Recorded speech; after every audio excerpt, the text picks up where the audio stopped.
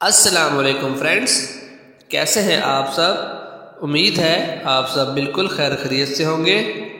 بشو voice channel میں آپ سب کو خوش آمدید۔ آج میں آپ کے لیے ایک نئی کہانی لے کر آیا ہوں جو آپ کو بہت پسند آئے گی، جس کا نام ہے اعلیٰ ظرف۔ کہانی سٹارٹ کرنے سے پہلے آپ دوستوں سے گزارش ہے کہ میرے چینل کو لائک کریں اور سبسکرائب کریں اور شیئر کریں اور بیل آئیکن کو بھی پریس کرنا نہ بھولیں تاکہ آپ کو میری نیو آنے والی ویڈیوز کا نوٹیفیکیشن بر وقت ملتا رہے۔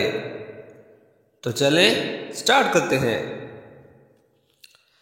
حقیقت نہایت تلخ ہوتی ہے جس کا سامنا کرنا بہت دشوار گزار مرحلہ ہوتا ہے۔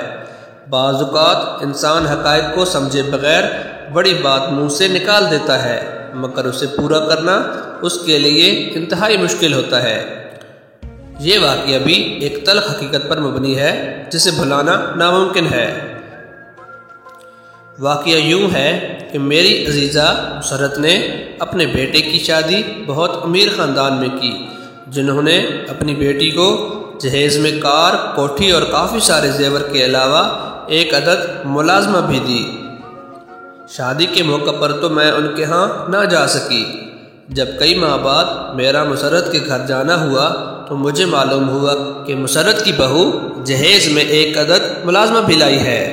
میں مسرت کے ساتھ بات چیت میں مصروف تھی کہ ایک چھوٹی سی بچی جس کی عمر تقریباً 7-8 سال کے لگ بھگ تھی، چائے لے کر آ گئی۔ مسرت نے مجھے بتایا کہ یہ وہی لڑکی ہے جو میری بہو کے ساتھ جہیز میں آئی ہے۔ میں نے بچی سے اس کا نام پوچھا تو اس نے شکیلہ بتایا۔ سانولے رنگ کی دبلی پتلی سی شکیلہ کا تعلق ایک غریب گھرانے سے تھا۔ اس کی ماں نے غربت کی وجہ سے اپنی بچی کو بطور جہیز دوسرے شہر بھیج دیا تھا۔ یہ سوچ کر مجھ پر ایک عجیب کپکپاہٹ سی طاری ہو گئی۔ میں حیران تھی کہ اس کے والدین نے اس ننھی منی سی بچی کو خود سے دور بلکہ دوسرے شہر بھیجنے کا حوصلہ کیسے کیا ہوگا۔ کیا اس کی ماں کو اپنی ننھی شہزادی کو خود سے دور کر کے دوسروں کے کام کاج کے لیے بھیجتے ہوئے دل کی طرف سے مزاحمت کا سامنا نہیں کرنا پڑا ہوگا؟ اس وقت تو میں کچھ نہ بولی، لیکن مسرت سے اتنا ضرور کہا کہ یہ سراسر ظلم ہے کہ اتنی سی بچی اپنے ماں باپ اور بہن بھائیوں کے بغیر یہاں رہے اور پھر سارا دن تم لوگوں کی خدمت اور کام کاج بھی کرے۔ مسرت نے جواب دیا کہ میں نے اپنی بہو کی ماں سے کہا تھا کہ ہمیں اس بچی کی ضرورت نہیں ہے، لیکن اس کا یہ جواب سن کر کے میری بیٹی کو تو ضرورت ہے۔ میں چپ کر گئی۔ اس وقت مجھے کہیں اور ضروری کام سے جانا تھا، لہٰذا میں نے مسرت سے اس بارے میں زیادہ بحث نہیں کی اور واپسی کی راہ لی۔ گھر آ کر بھی میں شکیلہ کے بارے میں سوچتی رہی۔ میری خواہش تھی کہ شکیلہ کچھ پڑھ لکھ جائے تو شاید اس کی زندگی سنور جائے۔ اس کے پیش نظر میں چند دن کے بعد دوبارہ مسرت کے ہاں گئی۔ شکیلہ اس وقت برتن دھو رہی تھی۔ میں نے غور سے اس کے ہاتھوں کو دیکھا تو مجھے اس پر بڑا ترس آیا۔ وہ ننھے ننھے ہاتھ جن میں کھلونے ہونے چاہیے تھے، سارا دن کام کرنے اور مشقت اٹھانے کی وجہ سے ابھی سے کھردرے دکھائی دے رہے تھے۔ مجھے دیکھ کر مسرت نے اپنی بیٹی ارم سے کہا کہ آنٹی کے لیے چائے بناؤ اور شکیلہ کو بازار سے کچھ سودا لانے کا کہہ کر میرے ساتھ دوسرے کمرے میں آ گئی۔ ہم باتوں میں مصروف تھی کہ مسرت کی بہو شازمہ شکیلہ بکاتی ہوئی کمرے میں داخل ہوئی۔ مجھے دیکھ کر شازمہ نے سلام کیا اور اپنی ساس سے شکیلہ کے بارے میں پوچھنے لگی۔ اتنی دیر میں شکیلہ بھی بازار سے آ چکی تھی۔ شازمہ شکیلہ کو دیکھ کر کہنے لگی کہ تم بہت سست ہو، جلدی جلدی ہاتھ چلایا کرو۔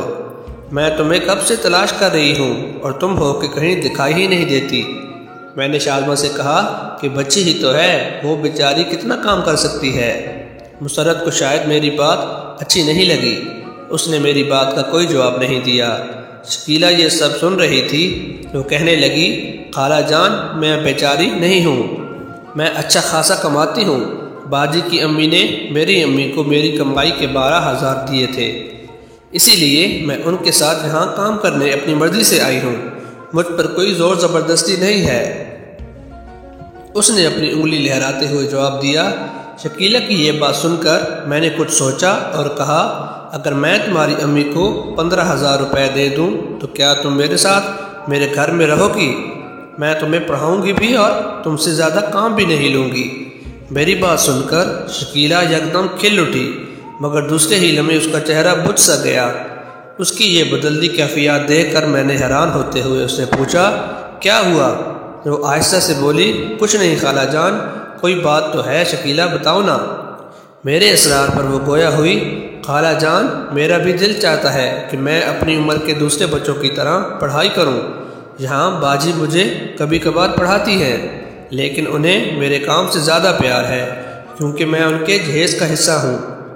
انہوں نے میری امی کو مجھے معلوم تھا کہ وہ کیا کہنا چاہتی ہے، اسی لیے میں نے اس کی بات کاٹتے ہوئے کہا، تو کیا ہوا، تم میرے پاس رہو، پیسوں کی فکر نہ کرو۔ میری اس بات پر شکیلہ نے مجھے جو جواب دیا میرے لیے ایک ایسا سبق تھا جسے میں کبھی بھلا نہ پاؤں گی، اور شاید آپ بھی سوچنے پر مجبور ہو جائیں گے۔ شکیلہ نے کہا تھا کہ خالہ جان زبان ہوتی ہے۔ میری امی نے ان لوگوں کو زبان دی ہوئی ہے کہ میری بیٹی شکیلہ اتنے عرصے تک اپنی تنخواہ پر یہاں کام کرے گی، تو میں انہیں کیسے جھوٹا کر سکتی ہوں؟ آپ مجھے بے شک اس سے 2 گنا پیسوں کا لالچ دیں، لیکن میں اپنی ماں کی بات نہیں ٹال سکتی۔ اگر میں نے اس طرح کیا تو میری چھوٹی بہن جو ابھی 5 سال کی ہے اسے کون کام دے گا؟